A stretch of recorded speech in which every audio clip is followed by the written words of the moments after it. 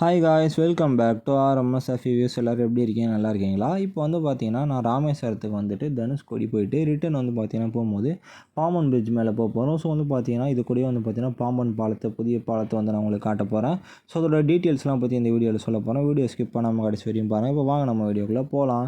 So வந்து பார்த்தீங்கன்னா first of all வந்து இந்த பாம்பன் பாலம் வந்து பார்த்தீங்கன்னா ராமேஸ்வரத்தில் வந்து பார்த்தீங்கன்னா அமைஞ்சிருக்கு. இந்த பாம்பன் பாலம் வந்து பார்த்தீங்கன்னா எதை இணைக்குது அப்படின்னா மண்டபம் அப்படின்னு சொல்லிட்டு வந்து பார்த்தீங்கன்னா ஒரு ரயில்வே ஸ்டாப்பிங் இருக்குது. அங்கேருந்து ராமேஸ்வர தீவு, அதாவது மண்டபத்துக்கும் ராமேஸ்வரத்துக்கும் நடுவில் வந்து பார்த்திங்கன்னா இந்த பாலம் வந்து அமைஞ்சிருக்கு. இந்த பாலம் வந்து பார்த்திங்கன்னா 2.3 கிலோமீட்டர் நீளத்துக்கு வந்து பார்த்திங்கன்னா அமைஞ்சிருக்கு. தொடங்கப்பட்ட ஆண்டு வந்து பார்த்திங்கன்னா 1911. இது வந்து பார்த்திங்கன்னா நான் சொல்கிறது பழைய பாலம். புது பாலம் வந்து இப்போ சொல்லிவிட்டு அடுத்து சொல்கிறேன். இது வந்து பார்த்திங்கன்னா 24 பிப்ரவரி 1914 வந்து பார்த்திங்கன்னா இந்த பழைய பாலத்தை ஓப்பன் பண்ணியிருக்காங்க. ஸ்க்ரீச்சர் ரோலிங் லிஃப்ட் அப்படின்னு சொல்லிட்டு ஒரு ஜெர்மனி கம்பெனி வந்து பார்த்திங்கன்னா இந்த பாலத்தை, பழைய பாலத்தை கட்டியிருக்காங்க. இரும்பு கயிறுகள் கட்டுமானம் கொண்டு வந்து பார்த்திங்கன்னா இந்த பழைய பாலத்தை வந்து கட்டியிருக்காங்க. அது கூடவே இந்த பாலத்துடைய சிறப்புகள் என்னென்ன சொல்கிறாங்க அப்படின்னா, இந்தியாவிலேயே ஒரு முதல் பாலம், அதாவது கடலுக்கு மேலே ரயில் செல்லக்கூடிய ஒரு முதல் பாலமாக வந்து பார்த்திங்கன்னா இந்த பாம்பன் பாலம் வந்து பார்த்திங்கன்னா அமைஞ்சிருக்கு. அது மட்டும் இல்லாமல்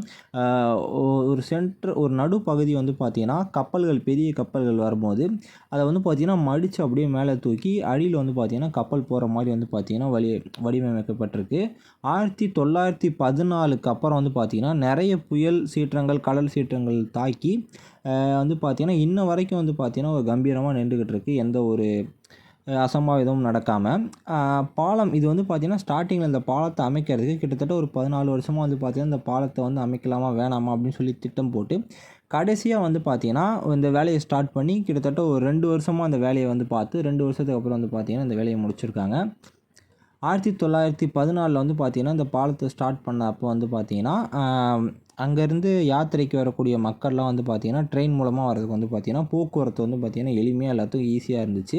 அதுக்கப்புறம் வந்து பார்த்திங்கன்னா 1964 வந்து பார்த்திங்கன்னா ஒரு சூறாவளி வந்துச்சு. அந்த சூறாவளி தான் வந்து பார்த்திங்கன்னா தனுஷ்கோடி அழிஞ்சு போச்சு அப்படின்னு சொன்னாங்க.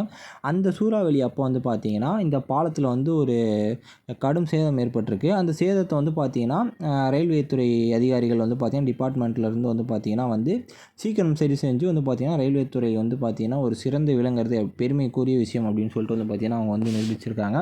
அதுக்கப்புறம் வந்து இந்த பாலம் வந்து பார்த்திங்கன்னா எப்படி இயங்குது அப்படின்ட்டு வந்து இப்போ நான் உங்களுக்கு சொல்ல போகிறேன். இந்த பாலத்தில் நடுவில் வந்து பார்த்திங்கன்னா ஒரு 79 மீட்டருக்கு நீளமான ஒரு பகுதி இருக்கும். அந்த கப்பல் வரும்போது சொன்னால, அந்த கப்பல் வரும்போது அந்த பகுதியை மட்டும் என்ன பண்ணுவாங்க அப்படின்னா அப்படியே மடித்து மேலே தூக்குவாங்க. கீழே வந்து பார்த்திங்கன்னா கப்பல் வந்து போகும். இது வந்து பார்த்திங்கன்னா ஸ்க்ரீச்சர் ரோலிங் லிஃப்ட் ஸ்பேன் அப்படின்னு வந்து ஜெர்மனில் சொல்கிறாங்க. இந்த பாலத்தை வந்து பார்த்திங்கன்னா எப்படி அமைச்சிருக்காங்க அப்படின்னா மொத்தம் 143 கம்பிகளை கொண்டு வந்து பார்த்திங்கன்னா உருவாக்கப்பட்டிருக்காங்க. ஒவ்வொரு கம்பமும் வந்து பார்த்திங்கன்னா கடலுக்கு அடியில் வந்து பார்த்திங்கன்னா செங்குத்தாக அமைக்கப்பட்டிருக்கு. இரும்பு கம்பங்கள் மீதி வந்து பார்த்திங்கன்னா இதை வந்து நிறுத்தி வச்சுருக்காங்க அப்படின்னு சொல்கிறாங்க. இது வந்து பார்த்திங்கன்னா பழைய பாலம்.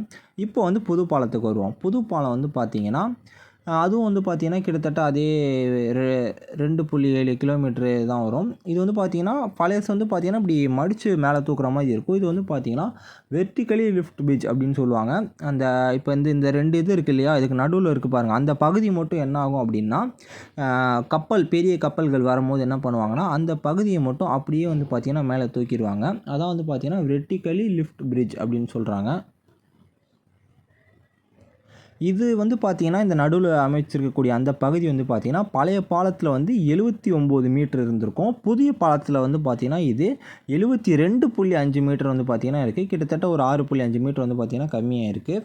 இது வந்து பார்த்திங்கன்னா இப்போ தான் இந்த 2025 வருஷம் தான் வந்து பார்த்திங்கன்னா ஓப்பன் பண்ணாங்க. இந்த பாம்பன் பாலம் வந்து பார்த்திங்கன்னா தானியங்கி பாலம் அப்படின்னு சொல்லப்படுது.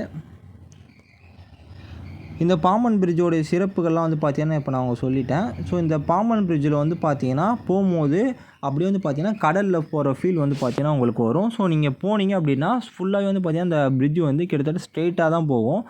அதனால் வந்து பார்த்திங்கன்னா நம்ம அந்த கடலில் அந்த ட்ரெயினில் போகும்போதே வந்து பார்த்திங்க அப்படின்னா நம்மளுக்கு அப்படியே வந்து பார்த்திங்கன்னா கடலில் போகிற மாதிரி ஒரு ஃபீல் கொடுக்கும். ரொம்ப நல்லாயிருக்கும்.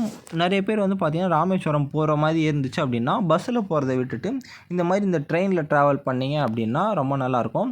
நான் இங்கே இருந்து வீடியோ எடுக்கலான்னு தான் பார்த்தேன். நாங்கள் வந்து பார்த்திங்கன்னா ரிட்டன் வரும்போது வந்து பார்த்திங்கன்னா பஸ்ஸில் தான் வந்தோம். ஸோ அதனால் வந்து பார்த்திங்கன்னா எங்களால் வந்து நிப்பாட்டி வீடியோ எடுக்க முடியல. ஸோ பஸ் வந்து பார்த்திங்கன்னா கொஞ்சம் ஸ்லோவாக போச்சு. அதனால் முடிஞ்ச வரைக்கும் என்னால் வந்து பார்த்திங்கன்னா வீடியோ எடுத்தேன். அதே மாதிரி இப்போ வந்து பார்த்திங்கன்னா பழைய பாலத்தை வந்து இடிக்கிறதுக்கு வந்து பார்த்திங்கன்னா டெண்டர் வந்து பார்த்திங்கன்னா போட்டிருக்காங்க. கூடிய சீக்கிரம் வந்து பார்த்திங்கன்னா பழைய பாலம் இப்போதைக்கு இருக்குது, அதை வந்து பார்த்திங்கன்னா கொஞ்சம் கொஞ்சமாக இடித்து ஸோ வந்து பார்த்திங்கன்னா பழைய பாலத்தை வந்து முற்றிலுமாக அகற்றிடுவாங்க. புதிய பாலம் மட்டும்தான் வந்து பார்த்திங்கன்னா பேலன்ஸ் இருக்கும். உங்களுக்கு பார்த்தாலே தெரியும் இப்போயே. ஸோ இப்போ கூடிய சீக்கிரம் வந்து பார்த்திங்கன்னா பழைய பாலத்தை வந்து அகற்றிடுவாங்க. அதுக்கப்புறம் புது பாலம் தான் இருக்கும். இந்த புது பாலத்தில் வந்து பார்த்திங்கன்னா யாராவது பயணிச்சிருந்தீங்க அப்படின்னா உங்களோட அனுபவத்தை வந்து பார்த்திங்கன்னா கமெண்ட் செக்ஷனில் சொல்லுங்கள். இந்த பாலம் வந்து பார்த்திங்கன்னா எப்படி இருந்துச்சு, புது பாலம் பெஸ்ட்டாக பழைய பாலம் வந்து பார்த்திங்கன்னா பெஸ்ட்டாக அப்படின்றது வந்து பார்த்திங்கன்னா கமெண்ட்டில் சொல்லுங்கள். இதோடு இந்த வீடியோ முடிய போகுது. இந்த வீடியோ உங்களுக்கு வந்து பார்த்திங்கன்னா பிடிச்சிருக்கும் அப்படின்னு நம்புகிறேன். ஸோ இதே மாதிரி இன்னொரு புதிய வீடியோவில் சந்திக்கலாம். ஸோ இந்த மாதிரி உங்களுக்கு நிறைய வீடியோ வரணும் அப்படின்னு நினச்சிங்கன்னா நம்ம சேனலை பார்த்திங்கன்னா லைக் பண்ணி ஷேர் பண்ணி சப்ஸ்கிரைப் பண்ணிடுங்க. இன்னொரு புதிய வீடியோவில் சந்திக்கலாம். பாய்.